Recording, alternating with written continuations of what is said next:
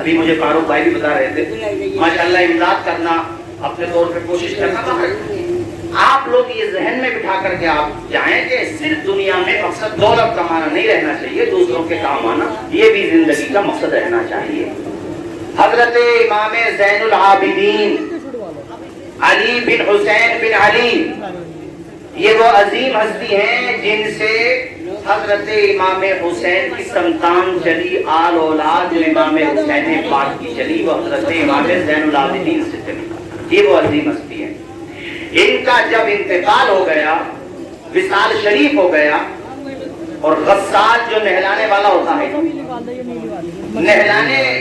جب وہ نہلانے لگا آپ کو تو اس نے آپ کی پشت پر یعنی آپ کی پیٹھ پر نشانات دیکھے جیسے نشانات پڑ جاتے ہیں ایسے نشانات دیکھے آپ کے کاندھے شریف پہ پشت شریف پہ اس نے نشانات دیکھے نہلانے والے نے یہ بات مدینے میں آ کر جگہ جگہ بتا دی لوگوں کو یہ بات چرچا میں آ گئی کہ آخر حضرت امام حسین کے شہزادے کے پشت اطہر پہ نشانات کیسے پڑے کیوں پڑے کس چیز کی وجہ سے پڑے جب یہ بات سب جگہ پھیل گئی تو حضرت امام زین العابدین کے خادم خاص انہوں نے کہا مدینے والوں اگر یہ بات نہ کھلتی اور ان کی پشت پہ پڑنے والے نشانات کی بات چرچا میں نہ آتی تو میں کبھی بھی اس راز سے پردہ نہ اٹھاتا کیونکہ میرے امام نے مجھ سے منع کیا تھا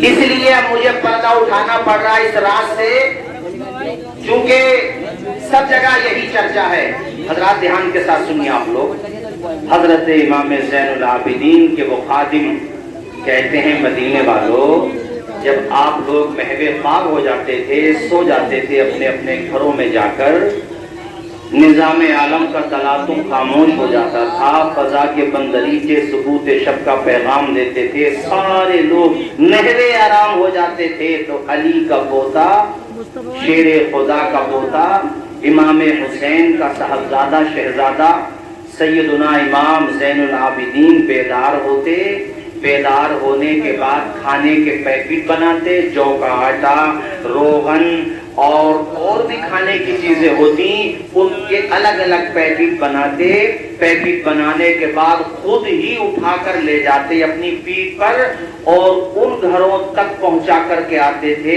جن گھروں کا خرچہ چلانے والا ان کے گھر میں کوئی باقی نہیں بچا تھا مثلاً کوئی بچہ یتیم ہے سر پہ کوئی درد شفقت رکھنے والا نہیں تو نبی کے نواسے کا شہزادہ اپنی پشت پر دن کے اجالے میں نہیں رات کے اندھیرے میں اور وہ بھی کس پہر میں جب جس پہر میں مدینے کے لوگ سو گئے مقصد نمائش کرنا نہیں تھا مقصد ضرورت مندوں کی ضرورت پوری کرنا تھا اللہ اکبر کہتے کہ وہ گھروں تک پہنچا کر کے آتے بیواؤں کے گھروں تک کمزوروں کے گھروں تک مظلوموں کے گھروں تک پہنچا کر کے آتے اللہ اکبر صبح کو جب وہ لوگ بیدار ہوتے وہ بیوائیں وہ کمزور لوگ وہ یتیم بچے صبح کو اپنے دروازے پہ وہ امداد کا سامان دیکھتے بڑی دعائیں دیتے مالک اس کا بیڑا پار لگا دے جس نے ہماری ضرورت کو پورا فرمایا ہے ان لوگوں میں یہ چرچا ہوتی تھی آخر ہے کون جو شب دیجور کے سناٹے میں آتا ہے جو رات کے اندھیرے میں آتا ہے اور ہماری ضرورتیں پورے کرنے کا سامان رکھ کے چلا جاتا ہے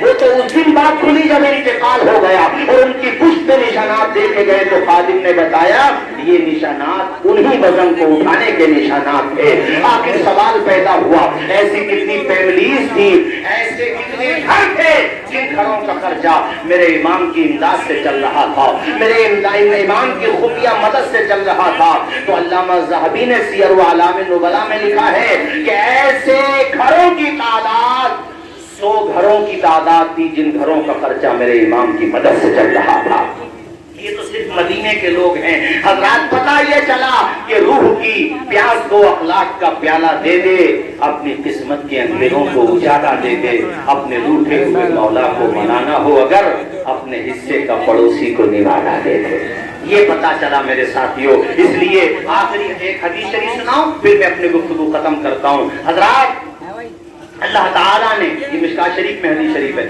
اللہ تعالیٰ نے جب زمین کو پیدا فرمایا، ذرا دھیان سے سنیں بھائی، اس کو یاد کر کے لے جائیں، اور یہ جو میں نے آپ کو رحم دلی کے بارے میں چند باتیں بتائی ہیں، اس پہ خود بھی عمل کرنے کی کوشش کریں۔ بعض لوگ یہ سوچتے ہیں امیر لوگ کہ ہم نے زکوٰۃ دے دی تو حق ادا کر دیا۔ نہیں بھائی، زکوٰۃ تو آپ پہ فرض تھی، کتابوں میں لکھا ہوا ہے زکوٰۃ کے علاوہ بھی تمہارے اوپر حق ہوتا ہے۔ کیا آپ اپنا مکان اتنی بناتے جتنے کی ضرورت ہے کہ آپ نے بیسمنٹ بنا لیا، مکان کا ڈھانچہ بنا لیا، اس میں بھی تو رہ سکتے ہیں آپ؟ نہیں، اس پہ پلاسٹر بھی کراتے ہیں، اس پہ جناب والا رنگ و روغن بھی کراتے ہیں، فرش نہیں پتھر بھی بچھواتے ہیں۔ اس کے علاوہ کیوں بھائی؟ وہ تو فرض تو اس سے زیادہ ہو گیا تھا جو ڈھانچہ بنا دیا تھا، یہ اوپر سے کیوں کہنا مکان کا اور بھی حق ہوتا ہے۔ ایسے ہی زکوٰۃ تو فرض ہے، آپ کے اوپر صدقات نافلہ بھی بنتے ہیں، اور بھی کرتے رہو۔ تمہارے ساتھ قبروں میں تمہاری دولت نہیں جائے گی، وہی دولت جائے گی جو راہ خدا میں خرچ کر کے جاؤ گے، وہی امداد جائے گی جو راہ خدا میں خرچ کر کے جاؤ گے۔ ورنہ ساتھیوں، کتنے لوگ ہیں جن کے پاس دنیا میں دولت کے انبار لگے ہوئے تھے، اتنے مالدار تو اپنے سنبل میں کیا بھارت میں بھی شاید کوئی نکلے گا جتنا وہ برج دبئی بنانے والا پرنس تھا سعودی عربیہ کا، جس نے برج دبئی بنایا، جس میں کتنا پیسہ لگا کیلکولیٹ کرنے لگو تو بہت ٹائمنگ لگے گی میرے ساتھیوں، جس نے پورے دبئی کو بلڈنگوں کا ایک خوبصورت جزیرہ بنا کر کے رکھ دیا، ارے جس کے وہاں زمین سے کالا سونا مطلب تیل نکل رہا ہو، اس کے پاس کتنی مالیت ہوگی۔ مگر پچھلے 2 سال پہلے جب اس کا انتقال ہوا، ٹویٹر پہ اس کی قبر نمبر 1 پہ ٹرینڈ کر رہی تھی، اور ہر لکھنے والا یہی لکھ رہا تھا، کوئی گل باقی رہے گا، نے چمن رہ جائے گا، پر رسول اللہ کا دین حسن رہ جائے گا، اطلس و کمخواب کی پوشاک پہ نازا نہ ہو، اس تنے بے جان پر خالی کفن رہ جائے گا۔ ہم سفیروں بلبلے ہیں کو، ہم سفیروں کوئی دم کے چہچہے، بلبلیں اڑ جائیں گی، سونا چمن رہ جائے گا۔ اس لیے میں کہہ رہا ہوں، اللہ نے تمہیں صاحب حیثیت بنایا ہے، تو یہ کی ذمہ داری ہے۔ عمران بھائی جس طرح سے مدرسے کا خیال رکھتے تھے، آپ بھی مدرسے کا ویسے ہی خیال رکھیں۔ یہ جامعہ اسلامیہ خیر رائے صدیق، یہ صرف اہل اسٹیج کا نہیں ہے، یہ صرف دیہات سے جڑے ہوئے لوگوں کا نہیں ہے، بلکہ شہباز پورے والوں نے جیسے پہلے قربانی دی ہے، جیسے اب دیتے ہو، آئندہ بھی اسی طریقے سے قربانی دیتے رہو۔ ہمارے مفتی اعظم سنبل حضرت قاری مفتی علاء الدین صاحب قبلہ تشریف فرما ہے، بڑی قربانی ہے ماشاءاللہ ادارے کے لیے۔ حضرت مراد علی صاحب قبلہ تشریف فرما ہے ماشاءاللہ، خون جگر پیش کر رہے ہیں ادارے کے لیے۔ ہمارے حضرت راحت صاحب قبلہ، مولانا محمد علی صاحب، مفتی اشفاق صاحب، یہ رات و دن اپنے طور پہ کوشاں ہیں، حضرت قاری یوسف رضا صاحب، ہم سب لوگ ہیں۔ حضرات آپ سے گزارش یہ ہے، آپ بھی ایسا کام کر کے جاؤ کہ بعد مرنے کے لوگ اس طرح ذکر کریں آپ کا، جیسا عمران بھائی کا ذکر ہوتا ہے۔ میں باخدا اسٹیج پہ بتا رہا ہوں کتنی جگہوں پہ ان کا ذکر میرے سامنے آیا۔ حضرت مفتی اعظم سرائے کریم مفتی زاہد علی سلامی صاحب قبلہ اسرو تشریف لائے تھے، بھائی اتنی دیر تک ذکر کیا، کہا کتنی کس قدر محبت، بڑی دیر تک انہوں نے اچھے الفاظ کے ساتھ ذکر کیا، بلکہ قبر پہ بھی آئے فاتحہ پڑھنے میں۔ آج کے دور میں کس کے پاس وقت رکھا کسی کی قبر کے پاس جانے کو، لیکن یہ محبت تھی اور یہ ایک لگاؤ تھا۔ آپ سے میں یہ گزارش کروں گا، عرض کروں گا، زندگی کا کچھ نہیں پتا، خود میری 2 روز پہلے ان سے بات ہوئی ہے، ہم اور آپ یہاں بیٹھے، کیا گارنٹی ہے اگلی دفعہ جلسہ ہمارا اور آپ کا ساتھ ہو پائے کہ نہیں ہو پائے؟ ہم میں سے کیا پتا اگلے مہینے میں ملاقات کس کی ہو پائے نہیں ہو پائے۔ یہ تو میں نے مہینوں تک کی بات کر دی۔ ایک بزرگ کے باتیں میں ملتا ہے، انہوں نے اپنے مریدوں سے یہ سوال کیا، یہ بتاؤ موت اور زندگی میں کتنا ڈسٹینس ہے، کتنا فاصلہ ہے؟ تو ایک مرید کھڑے ہوئے، انہوں نے کہا حضرت میں تو یہ سمجھتا ہوں فجر کی نماز میں اور ظہر میں جتنا فاصلہ اتنا ہی فاصلہ ہے، فجر پڑھ لی ظہر کا نہیں پتا۔ حضرت نے فرمایا بیٹا اتنی لمبی زندگی نہیں ہے کہ تم فجر پڑھ کے ظہر تک کی امید لگاؤ۔ دوسرے نے کہا میں یہ سمجھتا ہوں ظہر پڑھ لی عصر کا نہیں پتا، کسی نے کہا عصر پڑھ لی مغرب کا نہیں پتا، مغرب پڑھ لی عشاء کا نہیں پتا۔ حضرت نے فرمایا موت اور زندگی میں اتنا فاصلہ نہیں ہے جتنا تم لگا بیٹھے ہو، کئی کئی گھنٹے کا فاصلہ لگائے بیٹھے ہو۔ تو ایک مرید کھڑے ہوئے، انہوں نے کہا حضرت میں تو یہ سمجھتا ہوں نماز کی نیت باندھی۔ توجہ کے ساتھ سنو، موت اور زندگی میں کتنا فاصلہ ہے؟ اس سوال کے جواب میں وہ کہتے ہیں جیسے نماز کی نیت باندھ لی، اب یہ نہیں پتا نماز مکمل ہو پائے گی یا اس سے پہلے اپنی نماز ہو جائے گی، یہ نہیں پتا۔ انہوں نے سوچا میں نے بہت اچھا جواب دیا. حضرت نے فرمایا جواب بہت اچھا، اوروں سے اچھا ہے، مگر موت اور زندگی میں اتنا فاصلہ نہیں ہے کہ تم نے نیت باندھ لی تو تم یہ سوچو کہ سلام پھیرنے کی مہلت ملے گی کہ نہیں. تو سب بولے حضرت آپ بتائیں.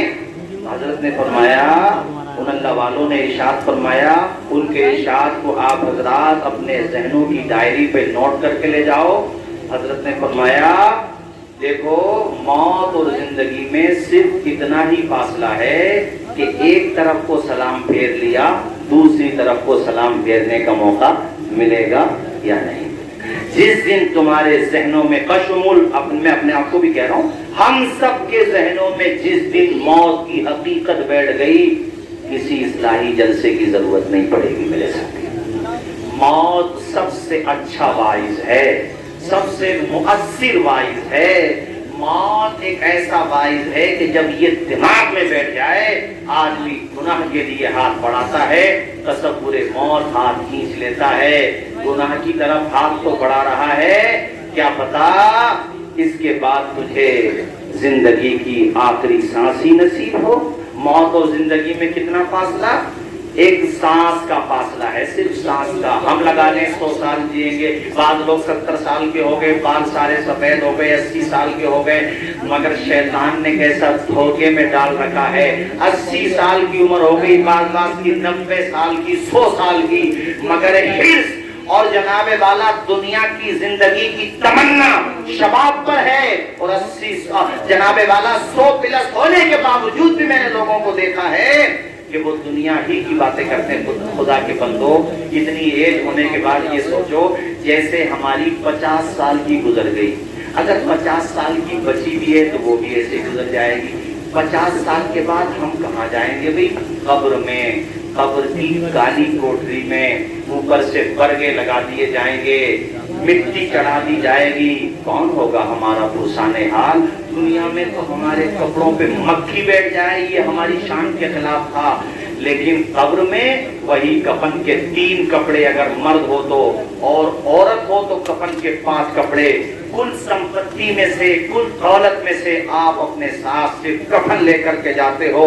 اور ہم سب دعا کریں کہ مالک ہمیں کفن بھی مل جائے، مالک ہماری نماز جنازہ بھی ہو جائے، ورنہ موت آ جاتی ہے جہاں گھر نہیں ہوتا بہتوں کو تو کفن تک بھی میسر نہیں ہوتا. ابھی میں زندگی قاری یوسف صاحب ابھی 7 روز ہو گئے ہوں گے، سوار میں جلسہ تھا. 8 بہنوں کا اکیلا بھائی تھا، 8 بہنوں کا بھائی جی، 8 بہنوں کا. آپ تصور کریں میری نگاہوں کے سامنے ایکسیڈنٹ ہوا. یعنی نگاہوں کے سامنے کا مطلب یہ ہے کہ ایکسیڈنٹ جب ہوا تو میں پہنچ گیا تھا اس کو، مطلب میں نے ایکسیڈنٹ ہوتے ہوئے تو نہیں دیکھا، لیکن جب ایکسیڈنٹ ہو چکا تھا تو اس وقت بالکل بتایا کہ ابھی جسٹ ایکسیڈنٹ ہوا ہے. اس کو بڑی مشکل سے نکالا، اور نکالنے کے بعد وہاں لوگوں نے بتایا کہ حضرت 8 بہنوں کا اکیلا بھائی تھا، اکیلا بھائی تھا. ذرا سوچو کتنا غم کا پہاڑ ٹوٹا ہوگا اس کی فیملی پر. ہماری آپ کی زندگی کا بھی کچھ نہیں پتا میرے ساتھیوں، کچھ نہیں پتا کب کہاں کس عالم میں چراغ بجھ جائے. یہ اشعار کی فرمائش کی گئی ہے، پڑھ دیتا ہوں، اس کے بعد پھر مائک قاری یوسف رضا صاحب کے حوالے. ایک مرتبہ بلند آواز سے سبحان اللہ اس نیت کے ساتھ بولیے کہ اللہ تعالیٰ ہم سب کے سبحان اللہ کہنے کا ثواب عمران بھائی اور ان کے والد مرحوم کو عطا فرمائے. زور سے بولیں سبحان اللہ. حشر میں پھر ملیں گے میرے دوست، حشر میں پھر ملیں گے میرے دوست، بس یہی مقام آخری حشر میں پھر ملیں گے میرے دوست. کہنا سب جیت یہ ہے شکوے گلے، آج سے ختم دنیا کے سب سلسلے، شمع ڈھلنے کو ہے، دم نکلنے کو ہے، اب ہے تیسا تمام آخری. دوست بولے بولی آخری آخری حشر میں پھر ملیں گے میرے دوست، مجھ کو نہلا کے پہلا دیا ہے۔ اس مرحلے سے جو گزر چکے وہ تو گزر چکے، لیکن اس مرحلے سے ہمیں آپ کو سب کو گزرنا ہے۔ مثلا آپ نے آج ہی نئے کپڑے پہنے تھے پہلی دفعہ، اور بڑے اچھے کپڑے آپ نے بنائے تھے، کئی ہزار میں وہ تیار ہوئے تھے، اور انہی کپڑوں کو پہنے ہوئے آپ کو موت آ گئی۔ وہ کپڑے بھی غسال آپ کے اتار لے گا صاحب، وہ کپڑے بھی، اس میں جتنے پیسے تھے وہ بھی، صاحب کچھ نہیں بچے گا، اور نیم گرم پانی سے آپ کو نہلایا جائے گا۔ نہلانے والے کہہ رہے ہوں گے بھئی آہستہ سے پانی ڈالو، آہستہ سے، چونکہ بدن کو تکلیف ہوتی ہے، اسی لیے اسلام میں یہ حکم دیا گیا ہے کہ جب آپ میت کو لے کے چلو تو زیادہ تیز نہ چلو، آہستہ آہستہ قدم کے ساتھ چلو۔ زیادہ تیز تم چلتے ہو اور اس کی روح کو اگر تکلیف ہوتی ہے تو کہتی ہے میرے اوپر ترس کھا، اس کا جوڑ جوڑ دکھ رہا ہوتا ہے۔ بھائی روح نکلی ہے، کنیکشن کوئی ختم ہوا جسم سے، رابطہ جسم سے اس کا رہتا ہے۔ جیسے ہم لوگ خواب دیکھتے ہیں تو ہماری روح پتہ نہیں کہاں کہاں رہتی ہے، لیکن جیسے ہی ہمارے جسم کو کوئی ہلاتا ہے ہم فوراً بیدار ہو جاتے ہیں۔ یہ جو نیند ہے نا، اس کو کتابوں میں چھوٹی بہن، اس کو کتابوں میں موت کی بہن کا قرار دیا گیا ہے۔ دوسرے لفظوں میں کہہ لو سونا، جو نیند ہے یہ موت، چھوٹی موت ہے، اور وہ تو حقیقی موت ہوتی ہے صاحب۔ روح نکالی جاتی ہے، انسان تڑپ رہا ہوتا ہے، وہ امیدیں کر رہا ہوتا ہے کہ کاش اپنے بچوں کا چہرہ دیکھ لوں، کاش اپنے بیوی بچوں کو دیکھ لوں، کاش اپنے باپ سے کوئی بات کہہ دوں، بھائی سے کوئی بات کہہ دوں، مگر یہ قدرت کا نظام ہے۔ لا یستأخرون ساعۃ ولا یستقدمون۔ جب موت کا وقت آ جاتا ہے تو لمحہ برابر بھی موت نہ آگے بڑھتی ہے نہ پیچھے ہٹتی ہے۔ موت جب آ جاتی ہے تو صاحب انسان آنکھیں کھول کے دیکھتا ہے۔ جس موت کے بارے میں ہم سنتے تھے موت ہوتی ہے موت ہوتی ہے، آج اس موت کے پل سے میں بھی گزر رہا ہوں۔ میرے بھی بچے یتیم ہو جائیں گے، میرے بھائیوں کی بھی کمر ٹوٹ جائے گی، میرا باپ بھی کمزور ہو جائے گا، میری بہنیں آپ دیدہ رہے اور وہ آپ دیدہ ہو جائیں گی، سب روتے ہوئے۔ میں آج تک اوروں کی موت کے بارے میں سنتا تھا، لیکن آج میرا اپنا نزا کا وقت آ گیا۔ صحیح کہا تھا پیغمبر نے، صحیح کہا تھا اللہ پاک نے کہ موت سب کو آنا ہے، ان سب میں آج میرا اپنا نمبر بھی آ گیا۔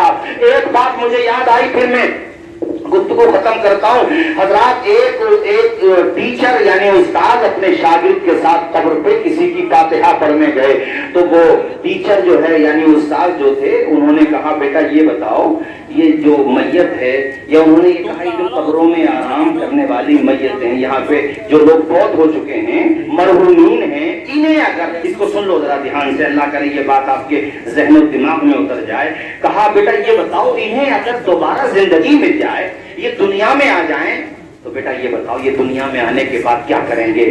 ایک دم شاگرد کہتا ہے حضرت انہیں اگر دوبارہ زندگی مل جائے تب تو یہ مسجد کا دروازہ نہیں چھوڑیں گے، بڑا سارے خیر کریں گے، عبادت پہ عبادت کریں گے، چونکہ انہوں نے وہ مرحلہ دیکھ لیا۔ حضرت نے فرمایا بیٹے اب یہ تو دوبارہ نہیں اٹھیں گے، قیامت کے دن اٹھیں گے، البتہ یہ موقع تمہارے پاس ہے، جو ان کے لیے کہہ رہے ہو وہ خود عمل کر لو۔ اس لیے کہ جیسے انہیں دوبارہ موقع نہیں مل رہا ہے دنیا میں آنے کا، ویسے ہی میرے لال تمہیں بھی دوبارہ موقع دنیا میں آنے کا نہیں ملے گا۔ اس لیے اس زندگی کو غنیمت جانو، 5 وقت نماز کی پابندی کیا کرو، دکان پہ بھی ہو نماز کی گھاٹ باندھ کے جاؤ کہ مجھے نماز نہیں چھوڑنا۔ اللہ نے صاحب نصاب بنایا ہے، زکات دو، زکات میں لاپرواہی بالکل مت برتو، یہ فرض ہے۔ جو لوگ اپنے مالوں کی زکات نہیں نکالتے، قیامت کے دن یہ زکات نہ نکلا ہوا مال اژدہے کی شکل میں تمہاری گردن میں آ کر کے لپٹ جائے گا۔ اور پھر وہ پوری حدیث بخاری شریف میں ہے کہ تمہارے پیچھے بھاگے گا وہ اژدہا، جان بچانے کے لیے اپنا ہاتھ اس اژدہے کے منہ میں ڈال دو گے اور پھر وہ تمہارے ہاتھ کو ایسے چبائے گا جیسے اونٹ چارے کو چباتا ہے۔